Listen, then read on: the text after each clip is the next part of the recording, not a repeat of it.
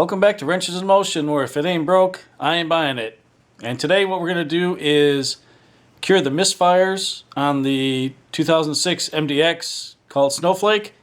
And we're also going to tackle the P0401 evap code. It was a little bit of a bear to find, but I'll tell you, once you find it, you'll realize that it was a real code and it definitely needed to be fixed. So the test drive went okay. Heat works, AC works, but when I picked this thing up, it had 10 codes and 9 of them were for random misfires. So I already ordered new coils, just did that, and then I thought, well shoot, Kenny runs perfect and he's got coils, so I'm going to take Kenny's coils and put it on here and then take it for another test drive, see how well it runs, see if we still got the random misfire. If we do, then there's going to be more troubleshooting involved, but I really think the coils are going to fix it. I did pull out only one plug, and I looked at it and it was fine, but I think I might pull out a back plug too, just because, and check that one out. We'll see though. It's kind of warm out here, and I'm not sure how much I'm going to feel like doing. Especially since I just got done with the test drive. The engine's nice and warm, so that's going to be fun changing coils. Okay, we got all the coils replaced. That's real fun on a hot engine. Let's see if it runs any better.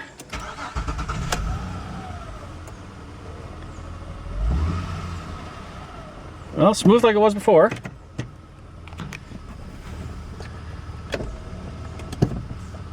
Let's see if it does any better.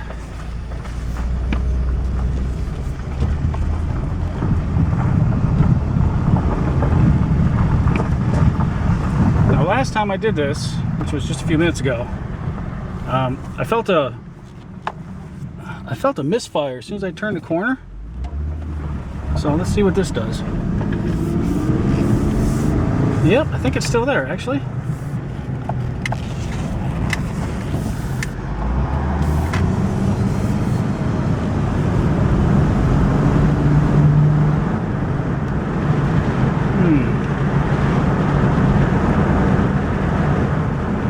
Okay, so last time I didn't get the check engine light until I was like getting on it, heading up to speed. So let's end this for right now, and we'll come back when we get back on the road. Okay, here we go.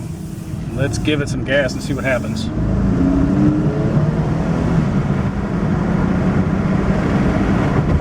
Oh, just hit a squirrel.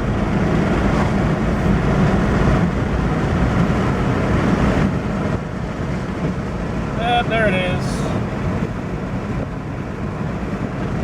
And now it's gone again. So under load, we definitely got a misfire. Let's see if we can track this thing down. Okay, so still trying to chase down the misfire. We replaced the EGR valve, that didn't do it. Replaced all the coils, that didn't do it. Cleaned the throttle body, that didn't do it. Checked the hose, that's good. So the next thing I'm going to do is I'm going to pull the intake off and clean the EGR ports, because it was throwing a couple EGR codes and now it's throwing a 401, which is EGR Flow Insufficient. So take the throttle body off, take this part of the intake off, and then go ahead and take the rest of the intake off and start cleaning. Well, that was 5 minutes of work. We got the intake off. Here is the, I can find my flashlight. Here's the EGR port, and you're not gonna be able to see in there, but I mean, that looks clear. So next step is to look at the intake. I thought the intake was clean, and that's everything I got out of it. So pretty ugly looking. So what I'm gonna do now is I'm gonna go ahead and pull the coils back out, pull all the plugs out. I'm gonna get new plugs, pop them in, and see where we are from there. Especially on these J series, if you don't put Denso or NGK plugs, NGK preferred, you're just going to have all kinds of issues. And I don't mean just the regular NGKs and think you're going to be good to go. No, Hondas like the expensive plugs, so that's why we're going to go with the laser iridiums. Okay, we got all the plugs changed, coils are back on, lower intake spacers on. Time to put the intake on and then hook everything up. We'll throw the throttle body on and we'll see what we get.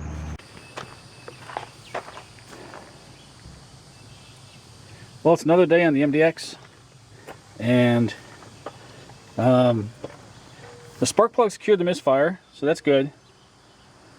But we have a pending EGR code, P0401, and what I'm going to do is I'm going to show you what is going on, and hopefully we can get this thing fixed. First thing let's do is let's buzz this top cover off, and then I'll take the EGR valve out and show you what we got. Okay, so we got the top of our intake off, and you'll see these 6 little holes. Make sure that those are clear, which mine are because I blew cleaner in them and I looked underneath and everything was good. This is an EGR tube, so you take this out and you'll see it's fairly clean inside there. I cleaned that up yesterday. And this is the EGR port that goes all the way down to here. Exhaust gas comes up. When the EGR valve opens, it sends exhaust gases out here, up into the intake, over here, and then it gets sucked back in and burned. So, the 401 is a EGR flow. Basically, it's not flowing enough. So this port all needs to be cleaned all the way down to there. Yesterday, I sprayed carb cleaner in here and it filled this hole, and nothing was coming out down there. So it's definitely full of carbon and other junk. So I got that cleaned out, sprayed the nozzle this way, and all kinds of stuff came out. Eventually, I was able to blow air through here and get some air out of there. But I don't think it's clean enough because it keeps coming up with that error. So I'm going to electrically test the EGR valve, make sure that's working, and then finish pulling the rest of this intake off, and then the spacer beneath it, and that should get us closer. Maybe we can try to get something in there to get all that stuff cleaned out. Alright, so we got the intake off. The lower intake down here, it's a 2-piece intake, and it's a real pain to get to the nuts and bolts to get it out of there. So we're just going to leave it in there for now, and hopefully we don't have to take it out. I don't think we do, because this looks really clean in here. I think the problem is down here in the thermostat housing. I think it's probably clogged somewhere in there, which it's really going to suck. But this is what happens when you spray carb cleaner in here. It should come out that rectangle hole. And it does. So now you're wondering, well, if it does that, obviously it's got flow. So why is it still saying it's not enough flow? I'm thinking it could possibly be the EGR valve. And I can't find the instructions to test it electrically. Or at least the pinout anyway. So right now I'm kind of stuck. You can see it's still coming through. I'm going to try shooting it the other way from the bottom up. And last time I got a bunch of junk out of there. The last 2 times. So we'll see if it comes out clean or junky. Yeah, we're definitely going to have to take the upper intake off. I'm just checking out some of these things. Got EGR connector, temperature sender, map sensor, another IAT I believe, and then we can just get this harness right out of the way. Then we'll work on getting this upper intake off. Won't be the first time, probably about like the 8th time I've done this. So okay, we got the radiator drained down. I'm just going to take note of some of the things. This one goes up to the hard line that goes to the throttle body. This one down here just goes to the throttle body. Hopefully I can get them off, get the throttle body out of the way. We got 2 radiator hoses, and then back here is a coolant line that they used a worm clamp on. We're going to take that off because the spring clamp's like right behind it. So we're just going to use a spring clamp. And hopefully we can get in there and get all that stuff done. And then the other hose, that's got a spring clamp on it back here that you can't see. And that should be it. And then we got to figure out how many bolts we've got to take this housing off. Yeah, not as... It's not going to fit that new gasket, so I don't know what's up with that. This pipe right here, down here, has got an O-ring on it. So hopefully that shouldn't be cut because it's not leaking antifreeze at all. Alright, so we got our water jacket assembly, or the water thermostat housing, whatever, assembly off. And I don't know how well you're going to see, but here's part of the EGR. And I mean, they're a little bit dirty, but not bad. This here though, this may be it. This is, I don't know what the heck that's all full of, or what that is. That's a, I don't know what that is. I don't know. We're gonna take a look at that. Let's walk over to the unit itself. And I got a piece of weed eater line here. Okay, so that's the one for the bottom. That's where the exhaust comes back up. It don't look bad. And then this is where the intake goes out. Oh, and it is totally blocked. All right. You're not seeing any of this. Let's try this again. Okay. This, when I stick this in, should come out back here. And it's not. Conversely, when I push this in, it should make it out here. So that is our problem right there. This passage is blocked.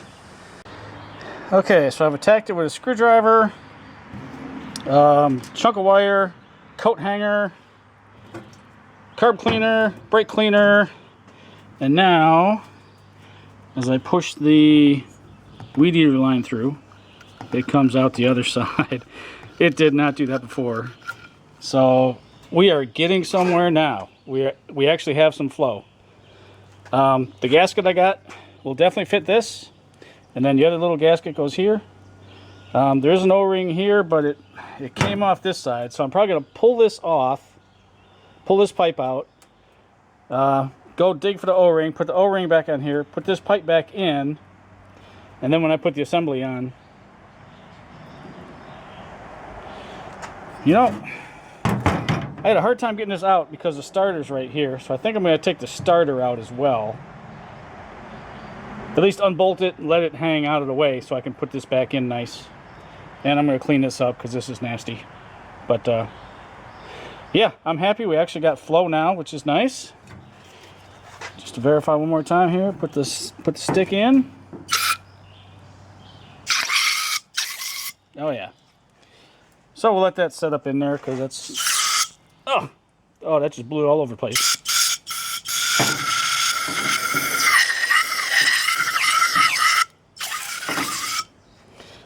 Yeah, we'll let that go. Stay in there, do some cleaning. Okay, so of course auto parts stores don't have one, but the dealership did have one. They had one. So got the new O-ring here, put the pipe back in, and next step, I am not going to use the gasket. I'm just going to use Honda Bond, just like the factory did, and then we'll pop that on. But I think that's going to have to wait till tomorrow because I just got pizza and I'm starving. So let me go eat, and you'll see we did move the starter out of the way. There's a starter there. So now we should have plenty of room to get that in there. And yeah, start putting this thing back together. Alright, so we got our can of acetone out here. And we get a paper towel. We're going to clean this gasket surface. And we're going to clean these gasket surfaces. And then we're going to go ahead and put the Honda Bond on there. Let it sit for a few minutes. and then go ahead and put these two together. And that'll be one of the big things out of the way right there. I'll get that. Okay, it's time to put this thing back in. So I lubed up the O-ring here. We got our Honda Bond on here. We got like, this is kind of tricky because you got to kind of sneak it in, go around things, under things. That's a good thing I got the starter out because that would have been a real pain. Oh, I just put my hands right in it, of course. It's under there. Oh. Yeah, no one said this was going to be easy. Oh, there we go. Come on.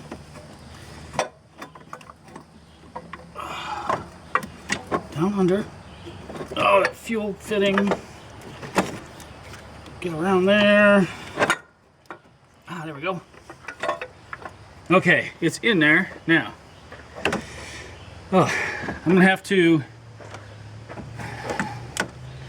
see if I can look in here and watch that coolant pipe because that has to go back in. And I don't know if I'm gonna be able to see to do it. Okay, that part's lined up. I think that's lined up.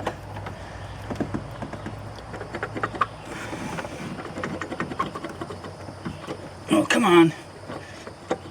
Why won't you go? Or is it down too far? Oh, yeah, it's down too far. It's not even close. Oh. Is that still lined up? Yep.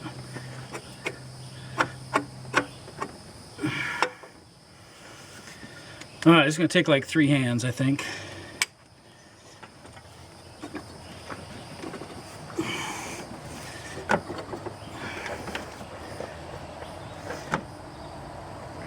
Unless I go ahead and do what I had planned on doing.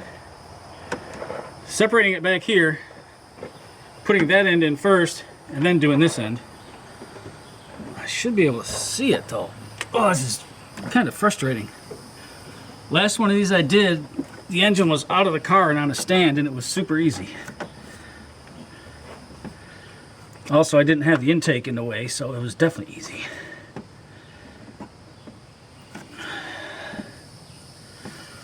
Okay, we might try that.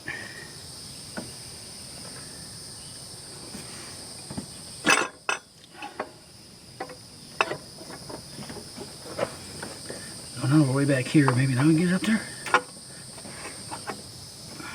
Oh, that worked out a whole lot easier. It also helps if you put the tube in the right spot. I was trying to go way high. When I climbed down here and stuck my head way down here and looked in, I could see I had to go probably 3 inches lower than what I was. Pushed it down, tube popped right in. Got the bottom piece in, so the water crossover pipe's in. Starting to get this bolted in. We'll just leave it snug for probably about 15 minutes, and then we'll go ahead and tighten it down and start hooking everything else up.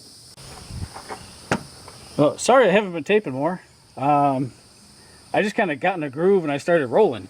So all we got left is the little plate, the air tube, and the top of the airbox, and put this breather in.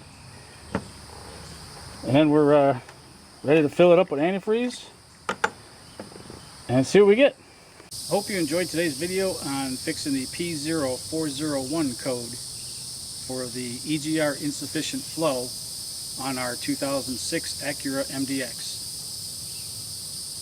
Just took it for a test drive and the code did not come back. Before it was coming back like within 1.5 miles to 2 miles down the road. I just went for about 6 miles and code never showed up. It's not even as a pending, so I'll consider this a success. Sometimes when you clean your intake and stuff, it's not what you can see, it's the stuff that you can't see that's the hard part. Having to take that thermostat housing off and get in there and really get that stuff clean made all the difference in the world. So that's the end of this video, and I'll talk to you guys next time.